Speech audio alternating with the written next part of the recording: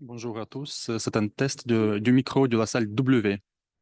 J'aimerais savoir si vous pouvez m'entendre et si le micro fonctionne bien.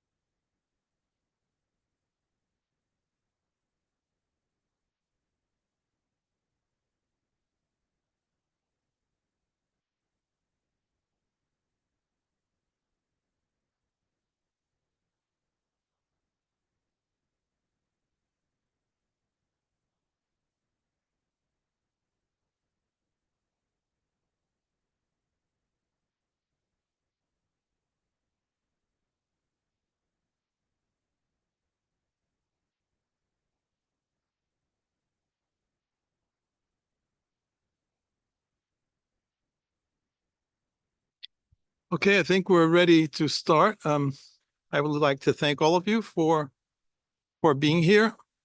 This is an event within the context of the public forum entitled Sustainable Agriculture, Balancing Trade, Food Security, and Environmental Goals. It's been promoted by the Mission of Brazil to the WTO, and we're very honored to have the panelists with us and all of you engaging together with those who are following the session virtually as well. So in addition to welcoming you, I would also like to congratulate and thank the Director General of WTO and the Secretariat for organizing the 2024 WTO Public Forum. And I'm certain that this edition of it will be even more successful than last year's.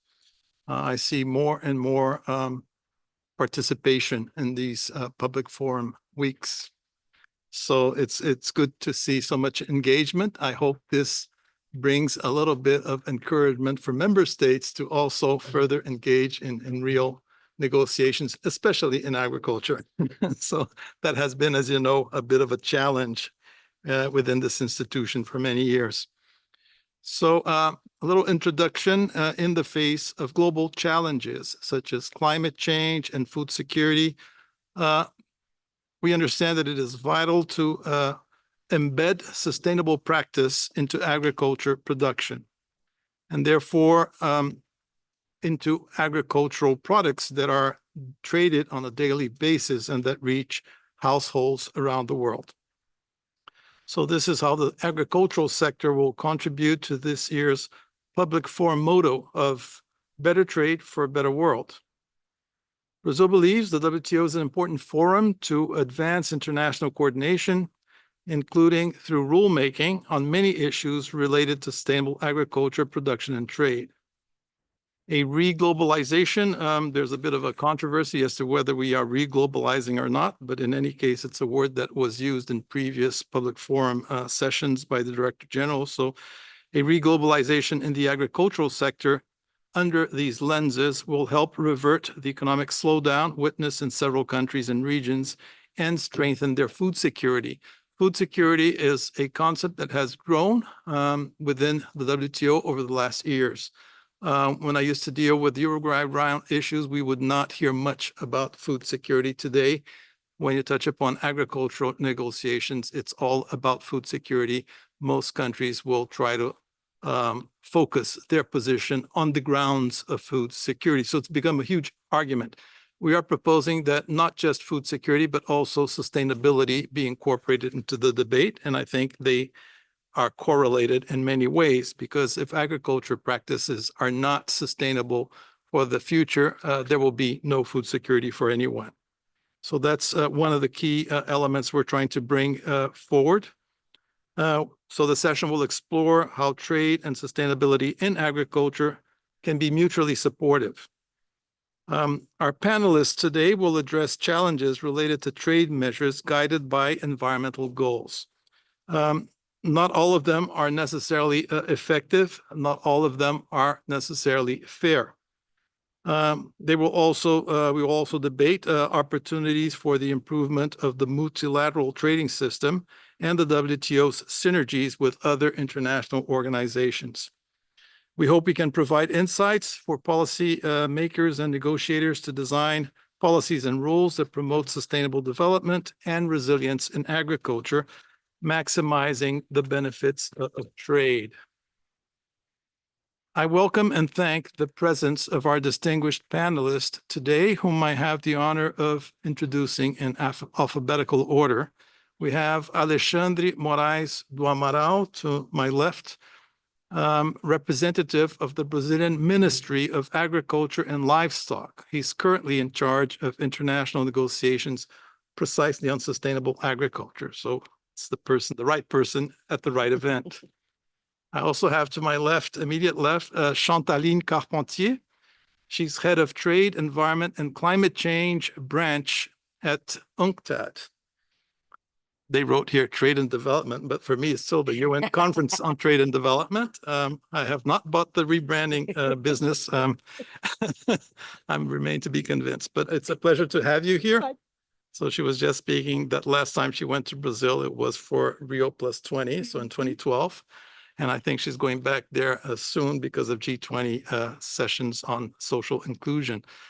I have Luis Roberto Barcelos to my immediate right, agricultural producer, founder and institutional director of the Brazilian Association of Producers and Exporters of Fruits and Derivatives, Abra Frutas.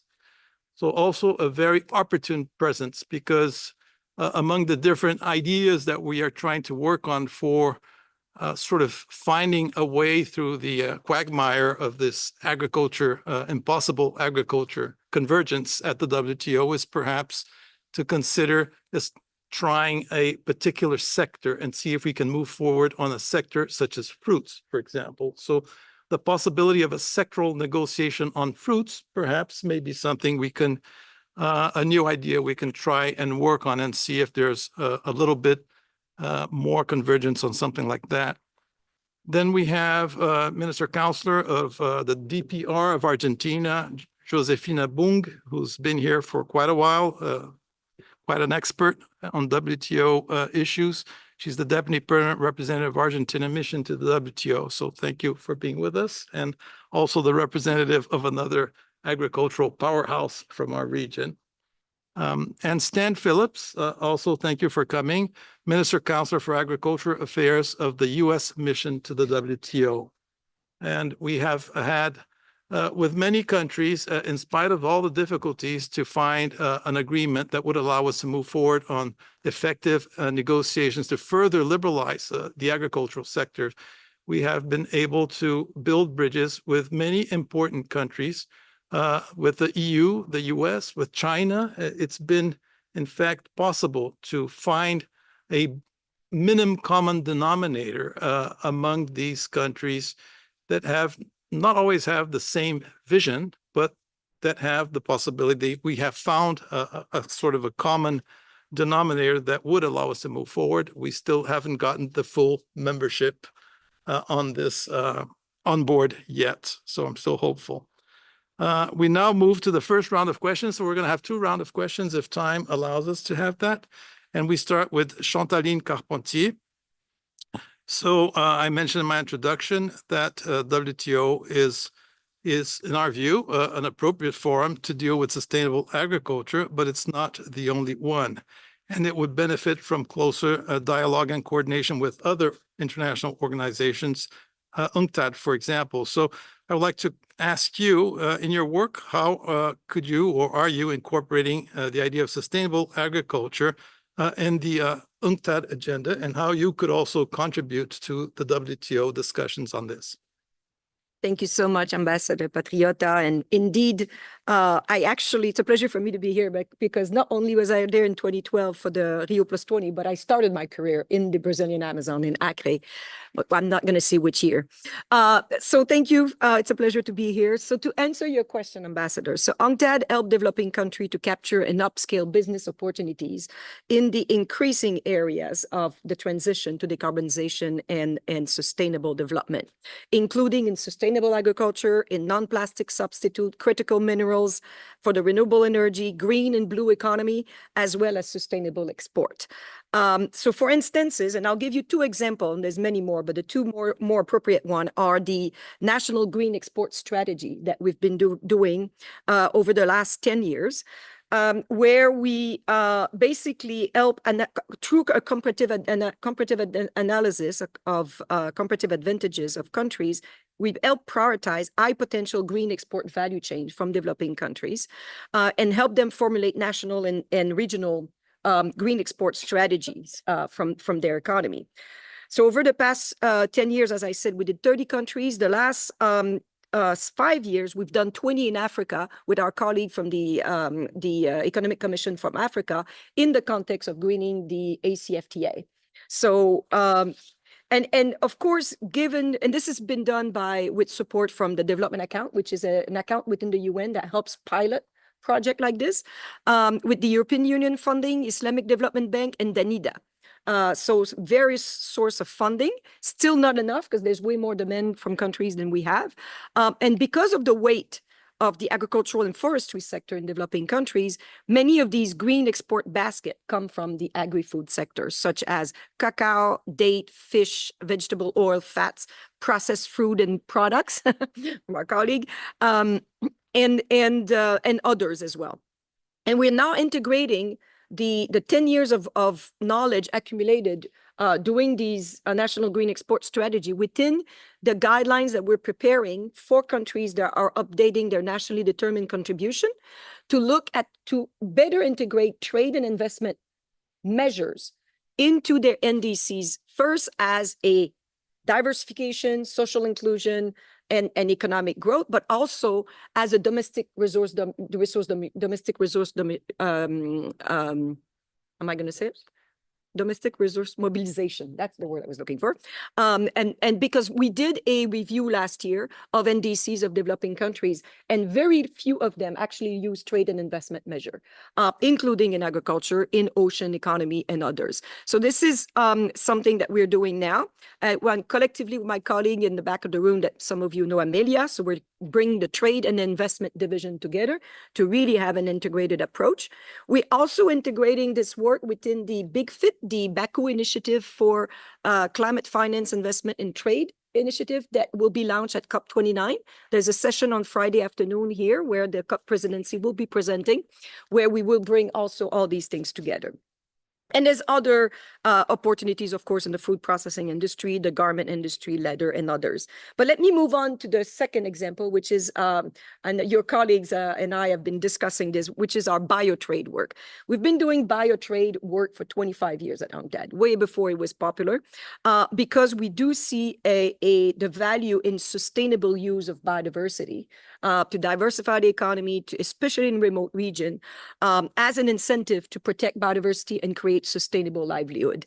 And so these are based on 7 biotrade principles and 25 criteria that promote sustainability across the entire value chain and bring together the government, the private sector, the civil society, and everybody along the supply chain. We've been working since 2000, Latin America, Africa, and others. It's been used in 80 countries, these principles and criteria, and basically went from millions of revenues for those entities, oftentimes cooperatives, association of women, of indigenous people, and others that we really try to integrate into supply chains. And we move from millions to billions of revenues for those communities. And we have principles that also cover the sustainable agriculture. We also now developing a nomenclature map on the HS code, so we can actually map the trade flows. It's online live. You can see who's trading biotrade products, and we're going to be expanding on those. To answer quickly the second part of your question, and if I have time, I can give more detail, but UNCTAD is also hosting, in addition to the Big Fit initiative, where we will, at the World Investment Forum, have one space to discuss these trade and investment policies in NDCs to advance the climate agenda. Then we have the UNCTAD Global Commodities Forum that we host every 2 years. It will be in December this year, 9 to 10 December. There will be specific session on sustainable agriculture, so we invite everyone to come. And we also host the United Nations Forum on Sustainability Standard. As we all know, standards are becoming very important. So these are all examples. We also have the, as you know, Intergovernmental Expert Group meetings at UNCTAD, one on financing for development, one on digital economy. And it seems like increasingly, if we need more space to discuss in a non-political, more substantive environment, this could be an option if member state were to choose so. So I'll stop here and maybe pick it up wherever people leave it after. Thank you. Thank you for that very all-encompassing sort of presentation of what UNCTAD is doing. I think a lot of things, very important things. I think we're gonna have to speed up if we want to have 2 rounds of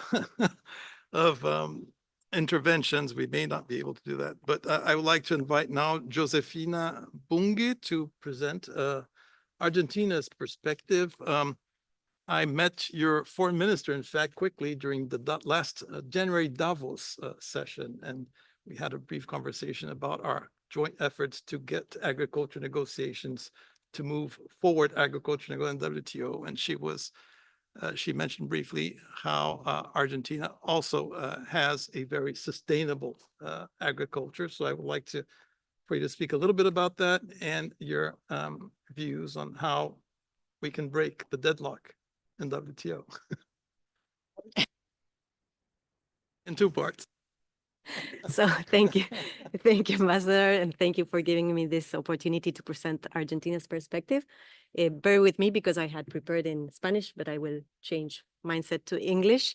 And so firstly, talking about what Argentina is doing to have a sustainable agriculture production, which I think is something that the whole region is also very much working on. Since this administration, and you mentioned my minister, took over, there has been a liberalization program that has been implemented with the aim of freeing agricultural sector, among other sectors, from all types of commercial, tax, and regulatory discrimination regarding production and internal and external commercialization of agriculture. This is a program that pursues greater efficiency in resource allocation, in trade liberalization, tax neutrality, deregulation, and lower transaction costs. And we believe that this is central in order to help the sector increase its production and its trade. One of the first measures that was taken in December 2023 was to ban the adoption of all export restrictions in the agricultural sector, export permits and quotas, and other mechanisms that prevented free exports and trade. And this certainly is a very important measure, and the goal is to simplify and deregulate foreign trade. Of course, we do continue working in medium-term reform agenda in the context of general liberalization and opening up to foreign trade. And this is expected to improve incentives, increase the production volumes, and enhance the participation of Argentina globally. So this on commercial and fiscal policies, but I think you were also asking on sustainable practices. So going to that specific question, we as Argentina, what we implement is known as sustainable intensification of agriculture, which means producing a greater quantity of products on the same area, use of crops and livestock by intensifying the use of inputs and technology. Our country, Argentina, is a leader in implementation of technological solutions in precision agriculture, such as the introduction of agroclimatic indicators, crop and soil monitoring, environmental management with intelligence, and the simulation of productive scenarios. So we use satellites, we use, so a lot of agri-tech is used in order to intensify and have this precision agriculture. And on top of that, there are certain biotech developments such as the maize that is resistant to droughts, HB4, that has been recently authorized in the US and many other countries, that certainly allow us to increase production sustainably. So we also promote conservation with through the no-till farming, and Argentina has 90% of its crops through this system. And this is a highly beneficial practice. We spoke a lot about this in last year's forum that has contributed to improve soil conditions and maintaining yields. Our estimates of yield gaps in crops show that Argentina's current production could increase by 40 or even 50%, adding approximately 60 million additional tons with the same surface area. So this is certainly something that shows that when you use precision agriculture and conservation agriculture, you can increase production without harming the environment. So our fiscal policies have aligned and help align our internal prices with international prices, the recent ones specifically. And this also, of course, helps the private sector improve the investment in technology in order to keep up with what the environment and sustainability needs.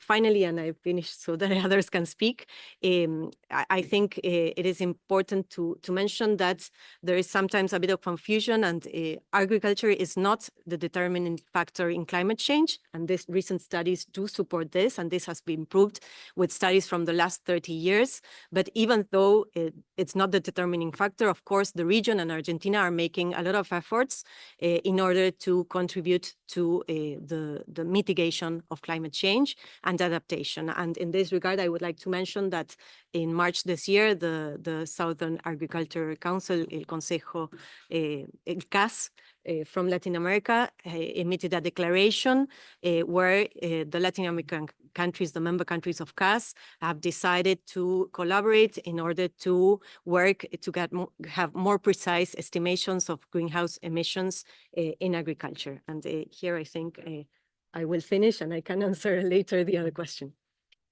Thank you. Thank you very much. It's a wonderful brief summary of what's the latest news coming from Argentina with regards to agriculture and reform, in fact, domestically. I'd like to invite Alexandre Moraes do Amaral from our own Ministry of Agriculture to also present our efforts with respect to sustainability in agriculture. Please, you have the floor. Thank you very much, Mr. Ambassador. I congratulate the organization for this event. I will go back to your introduction when you said I'm the right person in the right place. I'll do my best to be the right person, but definitely this is the right place for us to discuss sustainability and trade, which is very important for the development of countries, definitely. I'd like to thank you very much for having me here today and to give me the opportunity to talk about the peculiarities of the Brazilian agriculture, the peculiarities of the tropical world. I will be talking a little bit about sustainable intensification, which is a very important strategy that we have in Brazil. So to maximize production in the same area that we have right now for agriculture. I'll be talking a little bit or pinpointing a couple of technologies that we have in Brazil, to make sure we have a sustainable agriculture that we can produce in a sustainable way. Just to give you an example, I think most of you know, but I'd like to reemphasize this. We in Brazil currently use, since in the last 30 to 40 years, we've been using this very interesting and formidable technology in Brazil called biological nitrogen fixation, which is basically, especially for soybean, which is the most important crop that we have in Brazil for exports, we don't use a gram of nitrogen from fossil fuels. We use nitrogen that we capture from the atmosphere to replace the use of nitrogen fertilization, chemical fertilization. We use a biological input. So we grow soybean in Brazil using bacteria in a very sustainable way. So they capture the nitrogen from the air and bring this nitrogen to the roots of plants, saving around $13 billion every single year for the Brazilian farmers. And when I'm talking about Brazilian farmers, we are not talking about only about, big farms.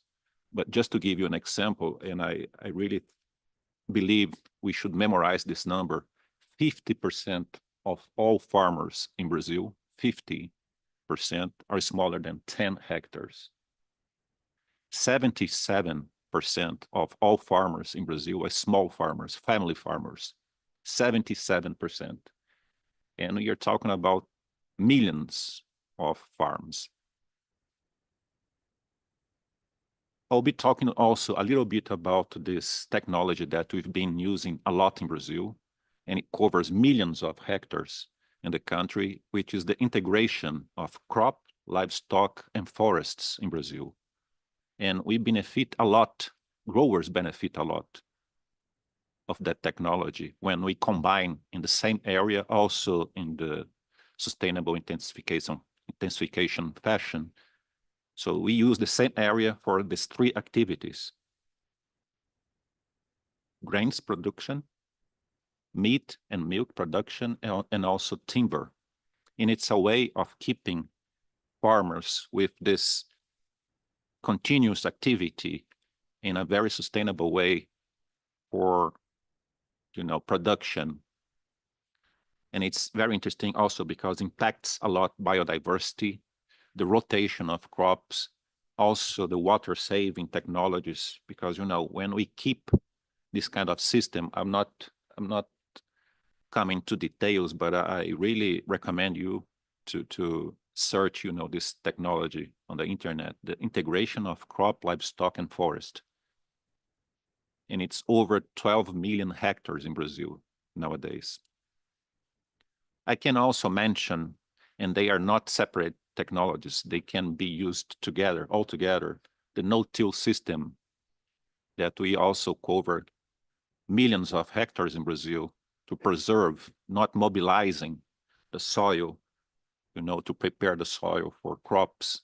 We keep the same structure of the soil. It's a way of keeping also the carbon in the soil, keep the soil away from erosion, which is a very important thing, for us to save water, to save soil, to save biodiversity. And it's definitely a big technology that we've been using in Brazil. So I could talk about a number of technologies in Brazil, but just coming back to the intensification or the concept of sustainable intensification, just to give you one example in numbers.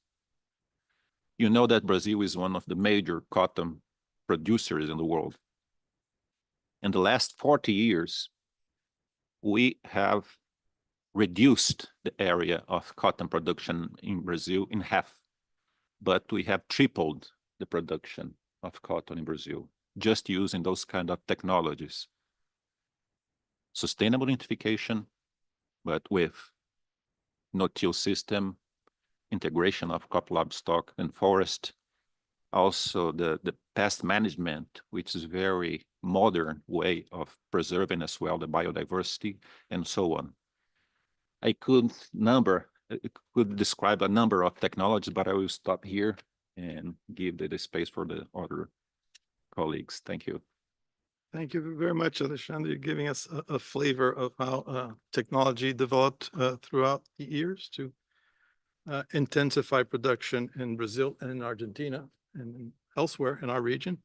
I think we speak for the region because we're all more or less doing the same, moving the same direction. I would like to invite Stan Phillips and also to speak about the role of productivity growth. You're coming from the US, and I know that combating climate change has become a big goal for the US currently. And I know that there's a lot of technology, new technologies that are applicable to agriculture that are being developed. So if you can speak perhaps a little bit about that and how all this could find an adequate home here in our negotiations at the WTO. Well, thank you very much, Ambassador Patriota. It's a pleasure to be on this panel with all these distinguished panelists. And I appreciate the chance to say a few words about what we're doing in the United States in the area of sustainable agriculture, productivity in particular. So I guess when we look at the topic of sustainable agriculture, it's important to consider the effect of agriculture productivity and how important productivity growth is in terms of advancing the goals of sustainable agriculture. And I would say that, to put it very simply, it is the essential element to meet the needs of sustainable agriculture, meet the needs of our world going forward for food security. And the needs or the goals of sustainable agriculture, as we see it, are, first of all, produce enough food to meet the current and future nutrition needs of a growing world population. Second, to keep food safe, affordable, and accessible.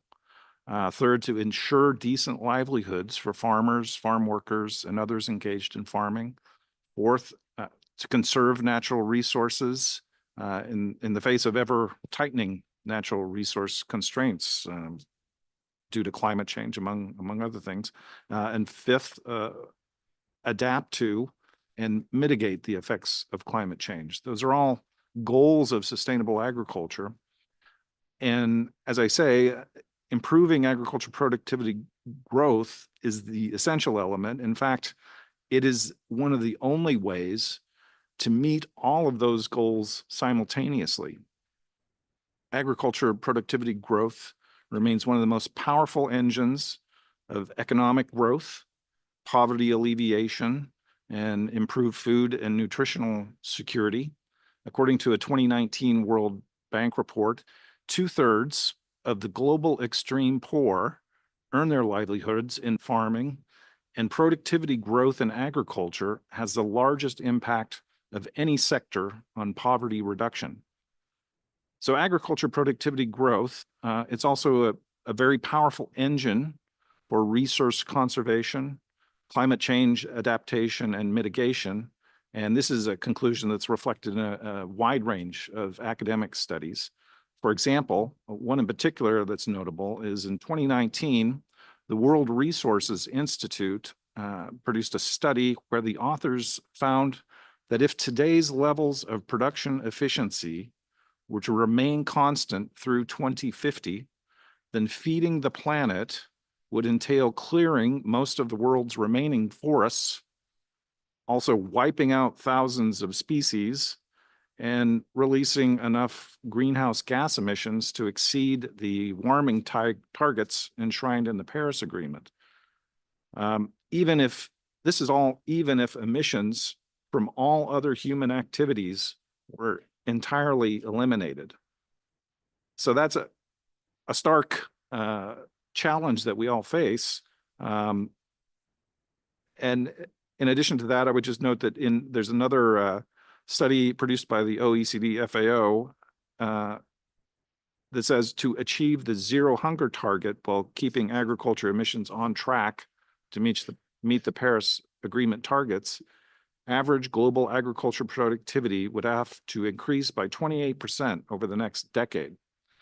So the math just doesn't add up for meeting all of our challenges with low productivity agriculture. Raising the productivity of existing natural resources rather than bringing new resources into production is critical for sustainably meeting food security needs of the current and the future generations. And the major driver of the long-run sustainable productivity growth is innovation, including the technological and managerial innovations, along with innovative nature-based solutions, and also new institutional arrangements and infrastructures. All of these things can lead to additional innovation and drive sustainable agriculture productivity growth. Policies that constrain innovation, including trade policies, stifle innovation and development of more productive agriculture food systems. USDA, my agency, supports innovation and sustainable agriculture productivity growth through investments in cutting-edge research, dissemination of new approaches and technologies tailored to specific production systems and environments. And we also provide calculations of global agriculture productivity growth that underpin an annual global agriculture productivity report, as well as other global calculations. And I would just close by saying that one other thing that we have done at the USDA, which we were joined by Brazil as an early supporter, was to launch the Coalition on Action on Sustainable Productivity Growth for Food Security and Resource Conservation at the 2021 UN Food Systems Summit. This coalition now has over 100 members, including countries, regional associations, academic institutions, and private sector companies. And I'll close just by saying we're happy to welcome new members. So anyone who would like to join us, please let me know. Thank you. Thank you very much, Stan. Now we will go to someone who actually works in the field, so has hands-on experience with production. I would like to invite Luis Roberto Barcelos to speak a little bit about fruit production. Well, thank you, Ambassador. Good afternoon to everybody. I lost you the permission to speak in Spanish, which I think that I will express myself better. Bueno, yo soy de São Paulo, la más rica ciudad de Brasil, y me moví hace 30 años hacia el semiárido, la parte más pobre de Brasil, para producir melones de sandía, especialmente para exportar acá a Europa. Y hoy estoy como director acá de Abrafrutas. Bueno, la fruticultura brasileña no tiene la misma expresión de las commodities como soya, café, caña de azúcar, pero tiene un papel mucho fuerte en desarrollo. There is translation? Is there translation? I think there isn't. There is. No? If you- So then I will speak in English. No, don't worry. Start again. Don't worry. Just checking. Okay, I hope you can understand me. So I am fresh fruit producer. I moved from São Paulo, which is the richest city in Brazil. I moved to semi-arid, very dry area in Brazil, very poor area, 30 years ago, to produce melon and watermelon to export to here, to Europe. So then, speaking about the sector of fresh fruit, which is not so expressive like the commodities, soya, coffee, sugarcane, cotton, or corn, but there is a big socio-economic importance in Brazil. We are the third big fresh fruit producer in the world after China and in India, but we are the 23 biggest exporter. So we export less than 3% of our production, mainly remain in Brazil, but especially in melon of my company, we export 50% of our production. So our region send the melon, watermelon during the winter time here in Europe. According to our Brazilian Geography and Statistic Institute, the fresh fruit generate 2 employments per hectare. So we have in Brazil 2.5 million of hectare. We have more than 5 million employees. It's a lot. Only to compare with soybean. In soybean, one person care about 200 hectares. So we are 400 times more generator of employment per hectare. So it means that we necessarily distribute and generate a lot of development social. I can see with my eyes the last 30 years that I moved to there, this development. A lot of sons of our employer now is engineer, agronomist, physicians, dentists. This 30 years move, have one class assumption, and we promote this development there, especially because the women can work more in the fresh food. There is some works that they are specialists on this. So somehow there is 3-4 people working in these companies there. So we make a huge transformation in this region. And especially in region that in the world, mostly the fresh fruit and the vegetables are growing in the semi-arid in the world.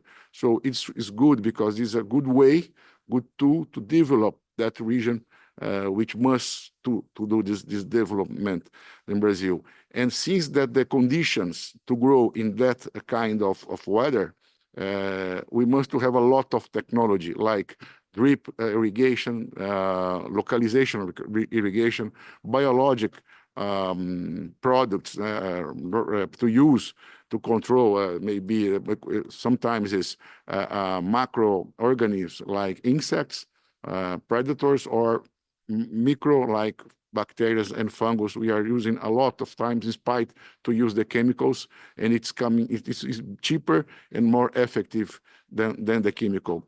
So we are implementing the high-tech controls in the areas with the digitalization, satellites, a lot of technology we are implementing to have to grow much tons per hectare. When I have an idea, in this 30 years, now our yield is the double now than we had 30 years ago. Now it's about 40 tons per hectare, and it was 20 tons in the same area in the past. So it's very important for the fresh fruit, this trade, this business, because we must develop the area, and we must supply a very healthy foods to our clients. And the difference that we are in the South Hemisphere, when there is summer, here is winter, and opposite side, we can supply countries like United States, like here in Europe, with our production there, when here there is no production.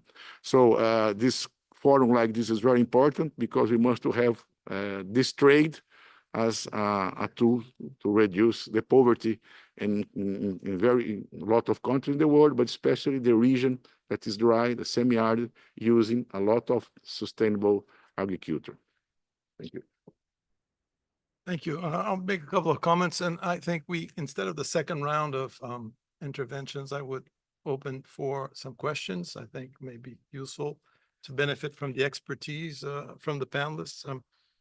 As you notice, we want to address sustainable agriculture as something that moves us a little bit beyond purely trade liberalization in agriculture. In my humble view and modest experience lately here at the WTO, I have the impression that simply liberalizing for the sake of liberalizing and reducing trade distorting support for agriculture alone will not convince members to join forces and start another round of negotiation in agriculture. I think we have to add additional elements into the conversation. One of them is sustainability, and the other one is food security. And I think if we do not kind of combine these goals, we won't go very far today, because there's different types of concerns and considerations and priorities for different members. So for some members, food security is everything. Some members, of course, sort of equate food security with food sovereignty, which I think is not necessarily the same thing. But I still think that we depend on each other. I was just in an IDB discussion where Professor Simon Everett was saying that the world needs Latin America and the Caribbean because of its capacity to supply the world with nutrition, with food. And I think that's quite a true statement. We have avoided discussing environmentally based sort of protectionism, which is new trend also that we have to face. And of course, this is something that the WTO would also be involved with, because it concerns consistency and compliance with existing rules. But we today in this event, we're focused on if we can add the sustainability dimension into our discussions of agriculture here at the WTO, alongside considerations of food security, long-term food security. And I think sustainability has to do with that too. I was very interested. We had a workshop promoted by Cairns in Australia on sustainable agriculture. And there was a Brazilian, Marcus Young, who's been for many years dedicating himself to issues of WTO and agriculture. And he presented a series of charts, and I thought there was some quite interesting considerations that he made precisely with respect to where the higher barriers are in food exports. And the more nutritious and the richer and the healthier the food, usually the higher the barrier. The lower the nutritious value of food, the lower the barrier. So the big commodities face small barriers. If you take soybeans, for example. But when you go to the fresher products, when you go to the meats, which are fundamental ingredients for a healthy diet, barriers are much, much higher. It is less traded, of course, because there's also the issue of being fresh. So they last less, they need costly infrastructure. But they also are very expensive types of food. So a healthy diet is an expensive diet. And when you see the graphs that he presented, most of the world's lower income people do not have access to a healthy diet. They will strive on grains mostly, a lot of rice, a lot of lentil peas and things like that. Not a lot of protein, not a lot of fresh produce, not a lot of vegetables and fruits. So I think there's also an argument, not just of food security, but also food nutrition and health to be made. And we should look at the agriculture picture in a more holistic fashion. You mentioned, I think, Alexandre, biodiversity. I also like to mention that we're working towards COP 30, which will be in Belém do Pará in Brazil. So we're very honored, and President Lula is very motivated to host COP 30 in Belém do Pará, and then everyone will have a chance to not only speak of rainforest in the Amazon, but also to meet within a rainforest and see what it looks like from up close and personal. And in this preparation, there's a kind of a concept that's being developed in Brazil, which is the sort of bioeconomy concept, the bioeconomics. That we're trying to develop this concept. It goes beyond just sustainable agriculture. It's a whole system that allows people to thrive economically and have healthy, sustainable lives, integrating in a more harmonious fashion with the natural surroundings where they live. So that's a whole concept which is very important, I think, for some pristine areas like the Amazon that the whole world is concerned about preserving from depletion or destruction. So these are my overall comments. I think we're still deadlocked here in terms of negotiations on agriculture because we haven't found the right balance or the right motivation yet, I think. Perhaps we have to change the narrative somehow. And introducing the sustainability dimension may also be helpful in this sense. It moves us just a little bit away from the sort of zero-sum game of trade liberalization purely. I think for some countries today, this will not convince them to engage. So with these words, I would just like to benefit from another 25 minutes that we have available to see if we can have a more dynamic interaction with you. So I would open the floor for questions. I have one here. Please go ahead. Thank you very much for giving me the floor. Ksenia Simovic from European Farmers and Agriculture Cooperatives, Copa Cogeca. I was just wondering, I understand fully the focus maybe on the fruit and crop production, but I think especially in the case of Europe, the big part of the discussion when it comes to sustainability in agriculture, first comes the role of livestock and livestock production. So I was wondering, does this in Brazil, Argentina, US, the productivity and the sustainable intensification also goes for the livestock production? Because quite frankly, from a farmer's perspective in Europe, at this point, we would not dare to talk about intensification when it comes to livestock production. It is very, very difficult. There is a lot of pressure from civil society on issues such as emissions, animal welfare, deforestation, and whatnot that are linked and kind of associated to this production, also including diets that you mentioned, etc. And the second point I would like to also bring up for the speakers is the issue of food affordability. In Europe, kind of the discussion has quickly shifted after the initial stages of the COVID pandemic crisis from food security to a lot of food affordability because of the rising inflation and the issue of access in terms of affordability. So there was not really an issue of scarcity, but it became an issue of food affordability. So just those 2 points. Thank you. All great points. I would like to offer the panelists who would like to say something to these questions. There are no volunteers. I will invite people. Maybe Stan, you can. I'll take a More than shot. one. Take a shot at it. Thank you, Ambassador. The livestock and production question sounded probably more appropriate for some of my Brazilian colleagues to respond to. So I will take on the question about food affordability. And in the context of sustainability, I think, long term, we have to ensure that our productive capacity and our productivity are continuing to deliver what we need to supply food in a way that meets those goals that I mentioned earlier, including food security, nutritional security, and affordability is, or access to food is a key component of that.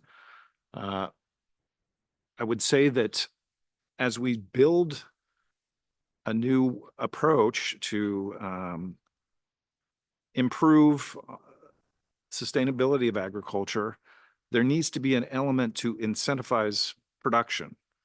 And governments alone cannot do it. It has to include the private sector. In fact, it's vital that it includes the private sector so that the innovation that's emerging from the private sector can flourish, and the things that the government might never have thought of that the private sector is doing will flourish and allow us to continue to provide food and agriculture products in a way that makes them affordable to everyone. So what we're doing in the United States in that space is to promote a program called Partnerships for Climate Smart Commodities. This was announced by Secretary Vilsack back in 2022. It has partner-led pilot and demonstration projects that are aimed at scaling up the development of climate smart agriculture and forestry practices. And the goal eventually is that this becomes the new normal in the United States. These practices hopefully are adopted by everyone, and we're producing climate smart commodities. One thing that a hurdle that we have to address, though, is consumers are faced with just a myriad of different labeling systems that are related to sustainability.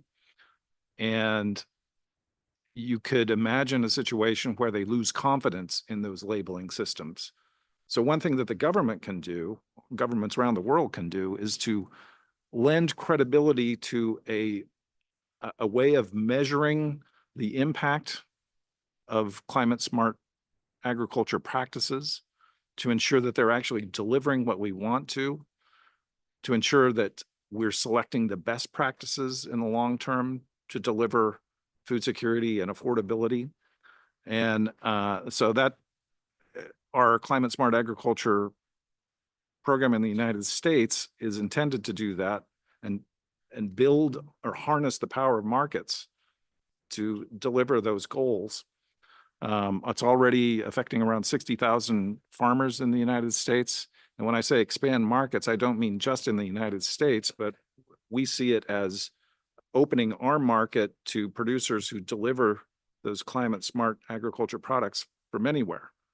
But the key thing is making sure that it's credibly produced, that it addresses the goals that I outlined earlier, and particularly to do that, you have to focus on measurement, monitoring, reporting, and verification of the benefits from those programs. So I hope I've addressed the question. If not, please follow up, and I'll leave it there. Thank you. Josefina? Thank you. Thank you. I will try to address the question and might add a few things to what the ambassador also said. I think there is no one size fits all. So each country knows how to address its issues, but it has a lot to do with, its soil, its climate, and, its socioeconomic structure, of course. So there is no one size fits all. And I think this is something also that we discuss here in WTO, where there are some measures. Ambassador Guillermo Patriota mentioned some measures that try to impose, unilateral border measures or prohibitions or restrictions or duties that aim to equalize certain environmental transitions. But this is not a solution, because you cannot, of course, equalize even with the example of what is being grown in Brazil or in Argentina. When it's winter here, it's summer there, the soils are different, everything is different. So I think this is one of the things that we also have to always take into account when we're talking agriculture and livestock production.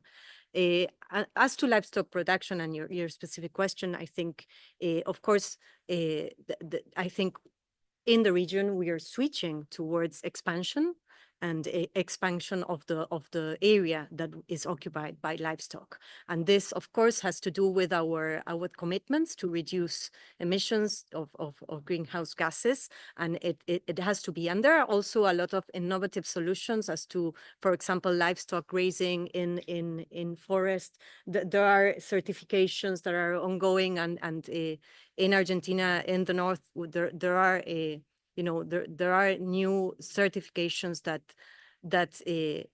tend to shift towards a sustainable livestock production. This, of course, as I explained, and maybe it's true that we concentrated more on crop production and on that type of production, but of course there is always the need of technology and the need to use, for example, when I mentioned the use of satellites, the use of that type of technology is very helpful, so that the livestock producers can also understand how to manage their resources in a more efficient way. Even if there is an expansion of the area utilized, it still can be intensive in the way. I think we have to understand differently the word as to how you use technology in order to better apply, or I don't know the English word, better use the resources that each country, each region has. Thank you. Thank you. I'm just going to allow, I think there's 3 requests for the floor in this row here, starting from the back, and then the run, sitting just beside and you, sir. So we take 3 questions, and as the next round, you can address also the livestock issue. Please. Thank you so much, Ambassador. I think it was the one behind you, no? No. First raised. You, Sachin, you can. Yes. Oh, you decide. Yeah. Okay. My question is specific to Alexandra. You mentioned that 50% of Brazilian farmers have land holding less than 10 hectares. However, in many developing countries in LDC, more than 99% of farmers have land holding less than 10 hectares. In this context, you have talked about biological nitrogen fixation, which saved billions of US dollars over the years. For many farmers in developing countries, fertilizer is a significant component of total cost. Can you explain more about technology related to biological nitrogen fixation and how your sustainability initiative is relevant for other countries with average land holding less than 1 hectare? Thank you. Thank you. Let me take another question. I have a lot of time. Yeah. Thank you so much, Brazil, for arranging this wonderful discussion on a very, contemporary issue. This is Ashfaq Ahmed from Pakistan WTO mission. I just want to ask about that despite adoption of latest technologies and climate smart sustainable agriculture practices, as already mentioned by the panelists, these technologies including precision agriculture, Argentina and Brazil, despite these technologies, rank among the top methane emitters globally, primarily due to their agriculture sector, particularly livestock farming. These emissions are negatively impacting environmental sustainability. My question is, what kind of policy measures are being introduced to reduce methane emission to ensure more sustainable agriculture production for environmental sustainability? I thank you. Thank you. I'll stop here and perhaps invite Alexandre to respond. Okay, thank you very much for giving me the opportunity to talk a little bit more about technologies. I think I can respond to all the questions using the same response. It's technology. What we've been developing in Brazil, it's what we call the science-based agriculture. Regarding livestock, as I said before, we have, for example, it's just one example, the integration of crop, livestock, and forest. And the idea is to use the same area, not expand area, but use the same area for the production of livestock. It's what we call the verticalization of production. So intensify the number of animals in the same area that we have right now, not using new areas, using technologies such as breeding animals for, early production of meat, of beef, for example. Also using new nutrients for the feeding of these animals that can reduce the emissions as well. That's very effective. And there are many other technologies that we've been using, monitoring artificial intelligence to monitor those animals in the field as well, and monitor their growth, their production, and so on. So livestock definitely is a priority because it's a big industry in Brazil. And it has a very important economic and social impact in the Brazilian society, for the Brazilian society. Regarding biological nitrogen biological fixation, it's also a technology that we use among small farmers, especially soybean, but also other crops such as beans, snap beans, which is a very important part of the Brazilian diet. And most of the producers in Brazil for beans, which is a daily food for Brazilians, beans, they represent around 70% of the producers in Brazil for snap beans. It's very important also the use of other alternatives for chemical fertilizers, or to increase the efficiency of fertilizers. For example, in Brazil, we have a huge challenge, which is the phosphorus. As you know, the tropical soils are very poor in nutrients. So we have developed a very striking technology in Brazil to recover phosphorus from the soil in Brazil, using also bioinputs, bacteria that they can recover the phosphorus from the soil and release them to the plants. So these are just a couple of examples that we have in terms of technology, in terms of science-based agriculture in the country. Thank you.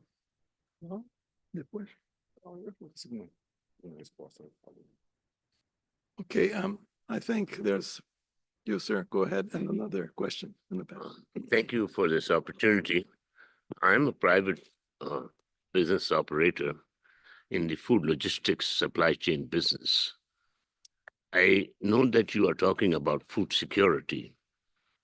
And I understand, of course, in the higher commodities, the private companies in the West are more prevalent. That's why you have less barriers, because they have the infrastructure and the supply chain logistics equipment to reach it. And I'm fully aware of PL 480 COSA subsidies, and I'm an old timer.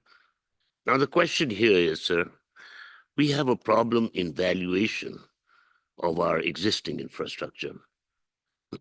We need to build more infrastructure for the delivery, because the food is based on delivery logistics and how to deliver the foods and to preserve the food. So whether you talk cold storage or you talk, you need these things. Recently, IFC has been talking about food security in the infrastructure sense.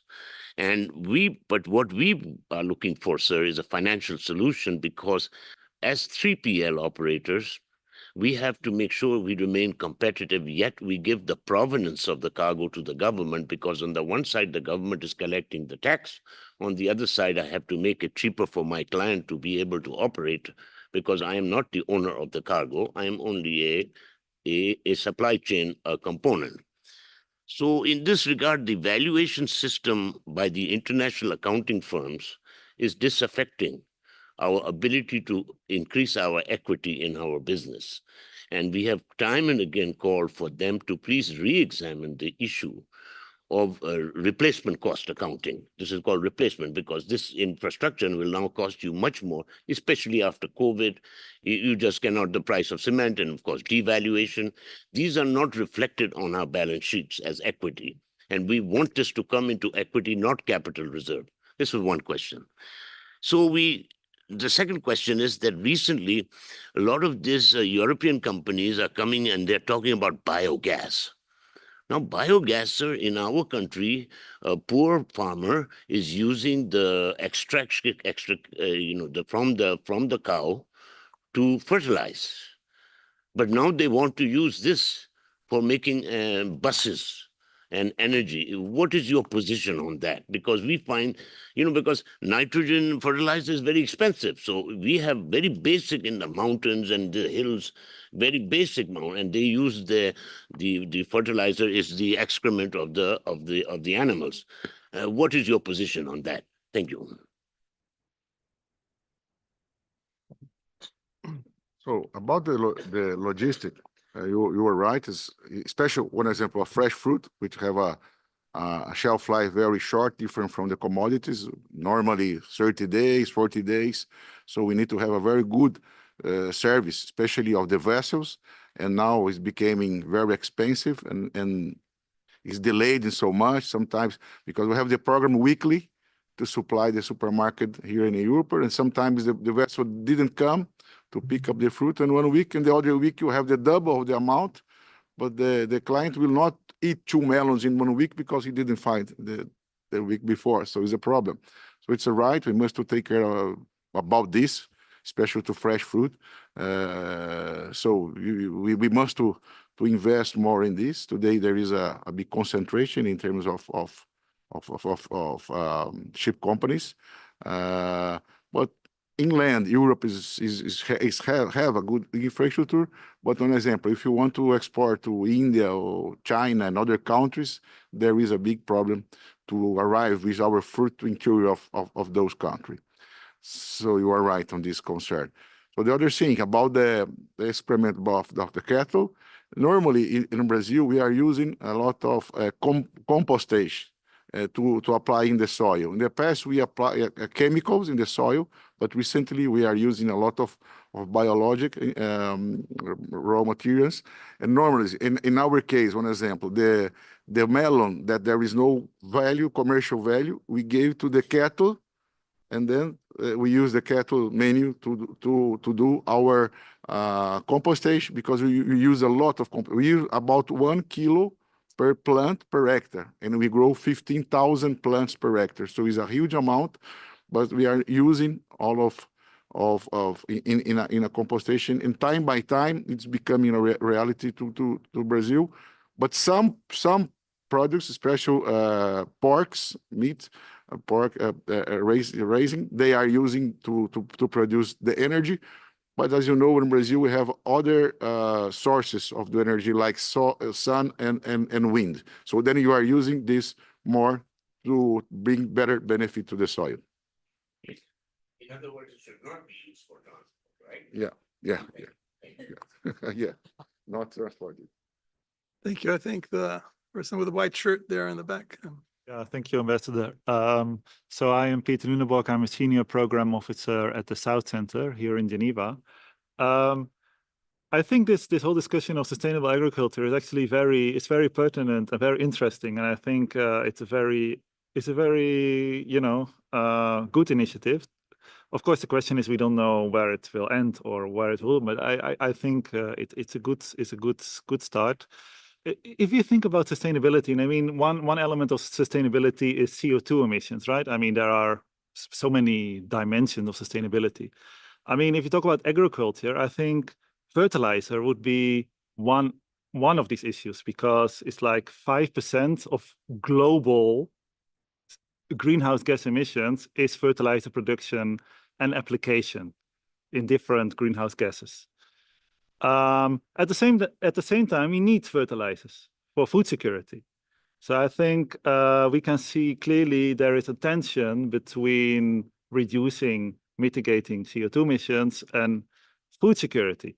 For example, if you look at, in particular, for example, where fertilizer application rates are low, like Africa, there is a plan, African Union, that was supported by the US Office of Global Food Security, African Union Action Plan on Fertilizer and Soil Health that aims to triple fertilizer use by 2030.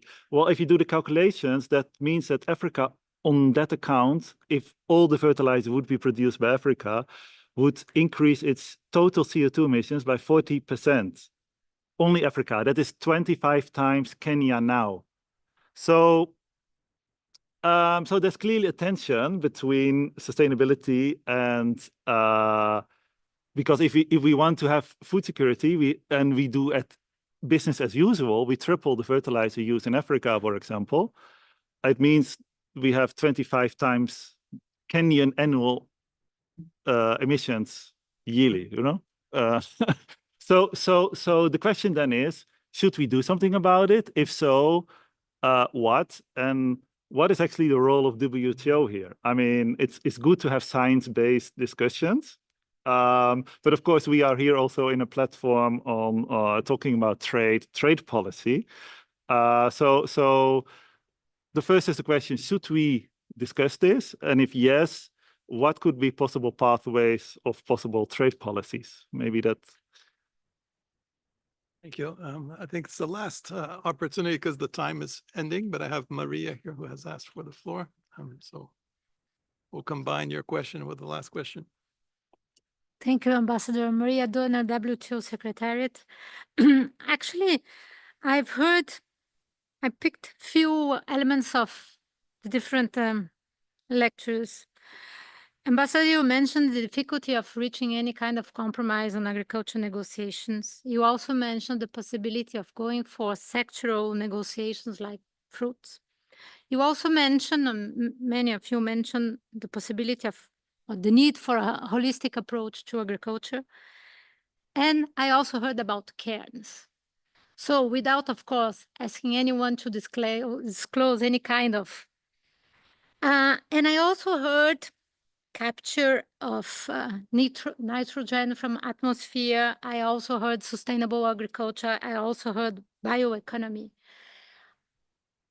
Are the cairns group discussing some kind of a different initiative? Because we have all these words there, but it's not a concrete proposal to tackle the agriculture from a different perspective. Sectoral, yes, it's a possibility, but it's also all these elements that surround agriculture. Capture, I've never heard about that, but I know carbon capture, but not nitrogen. So is there a possibility to go for some kind of, a more annotated outline of what could be a possible different approach to tackle agriculture beyond domestic support and export competition and things like that? Thank you. I think there's two trends in the WTO. One is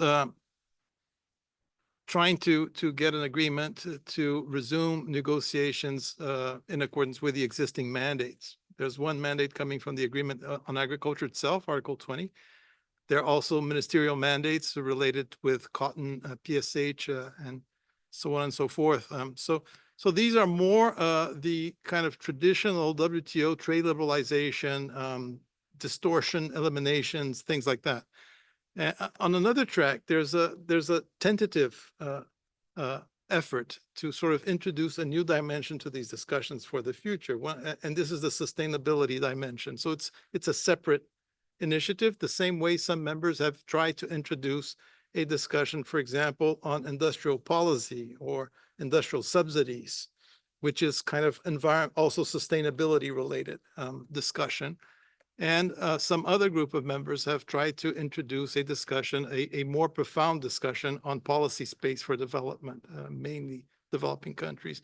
So there's a set of discussions that are being proposed, which are trying to take the WTO beyond just the pure trade liberalization dimension that has been the core of the organization for the last years, because we have found ourselves stuck in the same place without finding a way through, a breakthrough that would allow us to pursue further trade liberalization on the pure sort of concept that created this organization, because times have changed.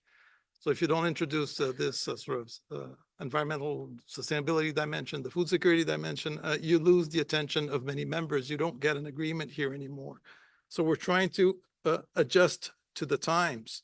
There are some, Cairns, for example, has been proposing, especially under the leadership of Australia, a discussion on environmentally harmful agricultural subsidies, for example, under the concept that the OECD has produced some studies sort of suggesting that agricultural subsidies tend to enhance emissions and to be negative in terms of outcomes for the environment, be it emissions-wise or sustainability-wise. So there's a correlation somehow between subsidies, not perhaps any kind of subsidies. Of course, if you subsidize research to reduce emissions, then that's not an environmentally harmful subsidy. But certain types of subsidies can prove to also be environmentally harmful. So there's a double reason to negotiate their elimination. And that's a proposal that's being sort of supported by Australia. But it's very hard to get a common understanding. We have to build this common understanding. That's kind of the effort being made here today.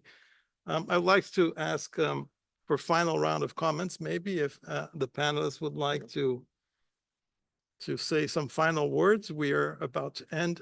Alexandre, if you want. Well, I'd like to come back to, to the issue of fertilizers. There is no silver bullet for this big challenge that we have in Brazil. Definitely, it's a priority in Brazil to overcome that challenge. But it's part of our public policy. I haven't mentioned public policies in Brazil, but definitely it's something very powerful in Brazil. Very robust, the public policies that we have. There is one, for example, called low carbon agriculture public policy in Brazil.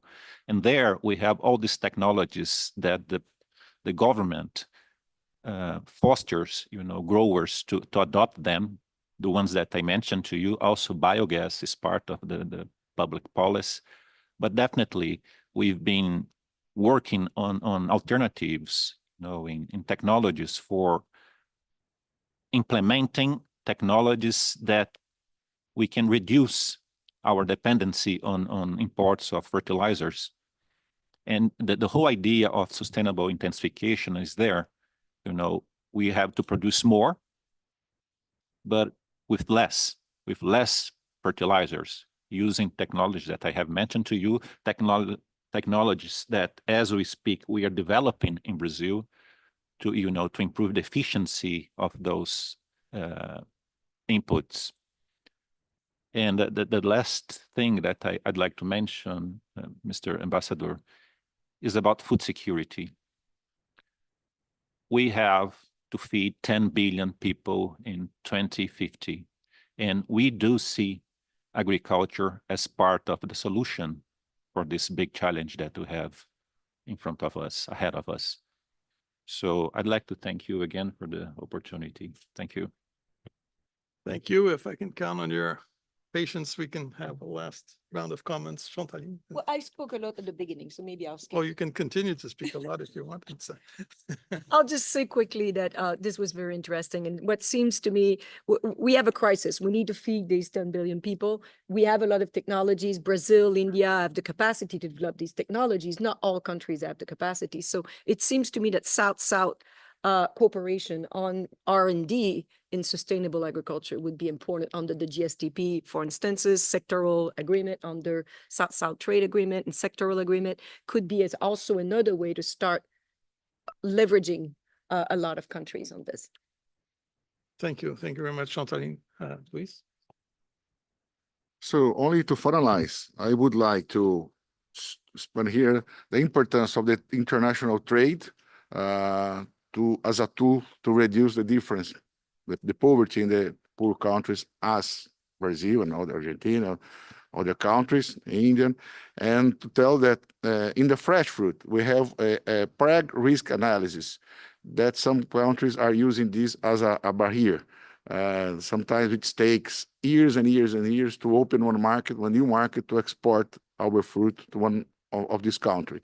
Mainly our fruit came to Europe, a huge concentration, 75% to come to Europe, because the main plague that we have in Brazil is a fly named scientifically Ceratitis captata, knowledge as a Mediterranean fly.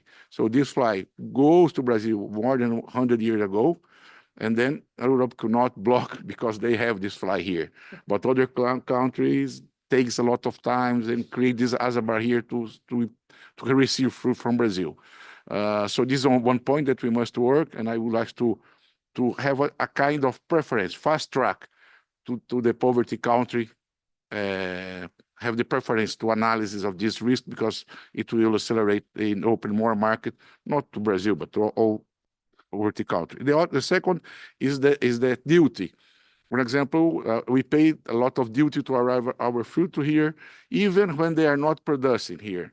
So there is no reason to have this duty sometimes because we are not opponent of the local production. One example, melon, they don't produce here in the winter.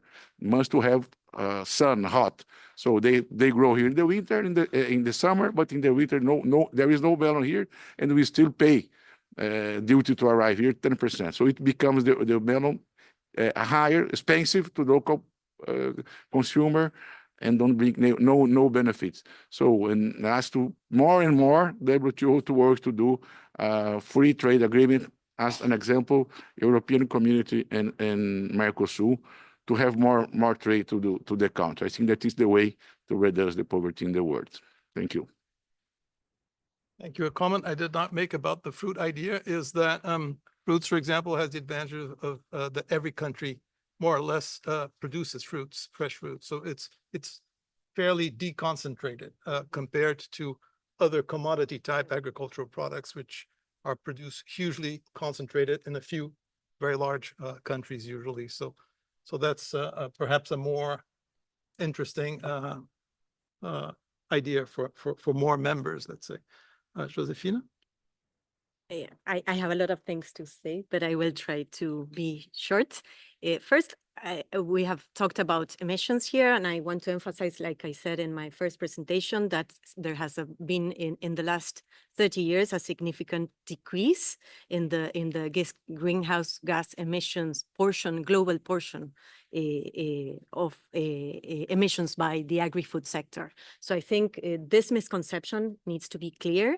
While in industrial processes, energy and waste, it has grown significantly. So this, I think, we should all bear in mind. Second, food security. We need, to address the issue of food security, and it is producer countries as Argentina, as Brazil, as our region that need to, of course, increase productivity. How do we increase productivity without harming the environment? There needs to be a balance. And, always the systems and the technology allow us to sequestrate, to do gas sequestration, emission sequestrations. So the emissions by livestock, for example, or by agriculture produce are balanced. It was mentioned the high tariffs that agricultural products encounter. In many cases, they exceed 100%. This is the sector where more barriers, more arbitrary and unjustified barriers we find. We need to address that, certainly. Of course, we can, and there is room for discussion on new roles in the field of sustainable agriculture, and we are happy to explore that area. But we do not find a proposal that seek limited results or flexibility of rules or a dilution of mandates to be very constructive. There is, we didn't have time to talk about repurposing. I think this is another concept that is starting to appear everywhere in international organizations, and we feel that it has to, of course, we need to discuss about it, and this harmful subsidies certainly can be reoriented or repurposed, but we cannot afford this to become a greenwashing or imposing more barriers based on environmental, goals that are not real environmental goals, I mean. And finally, I would like to also mention what I said at the beginning. There are some countries that are taking advantage of the environmental agenda to impose unilateral border measures, prohibitions, restrictions, additional duties, and this is not part of the solution.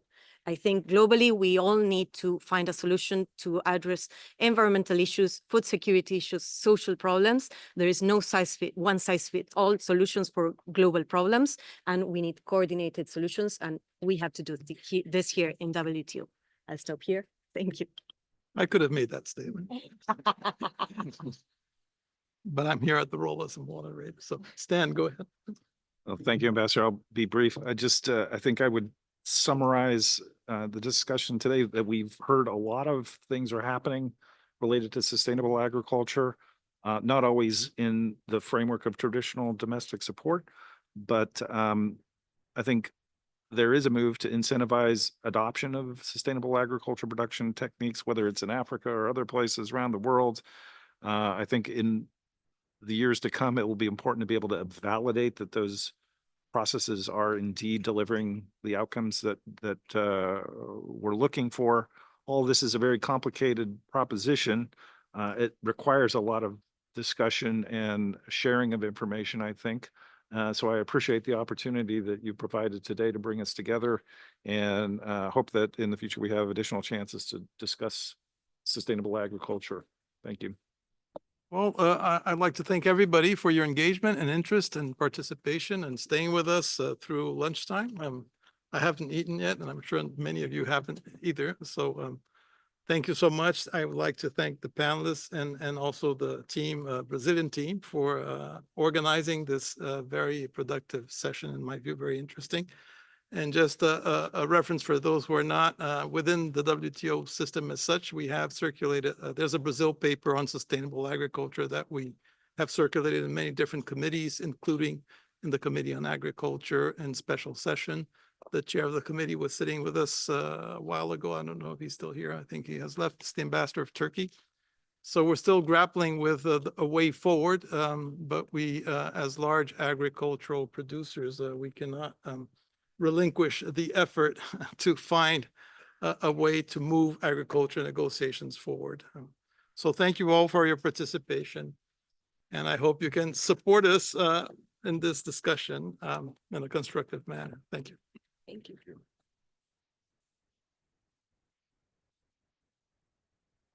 Maybe. I speak too much at the beginning. No, you were comprehensive. The accountants are not giving the if I make a change today, I don't. I need the value.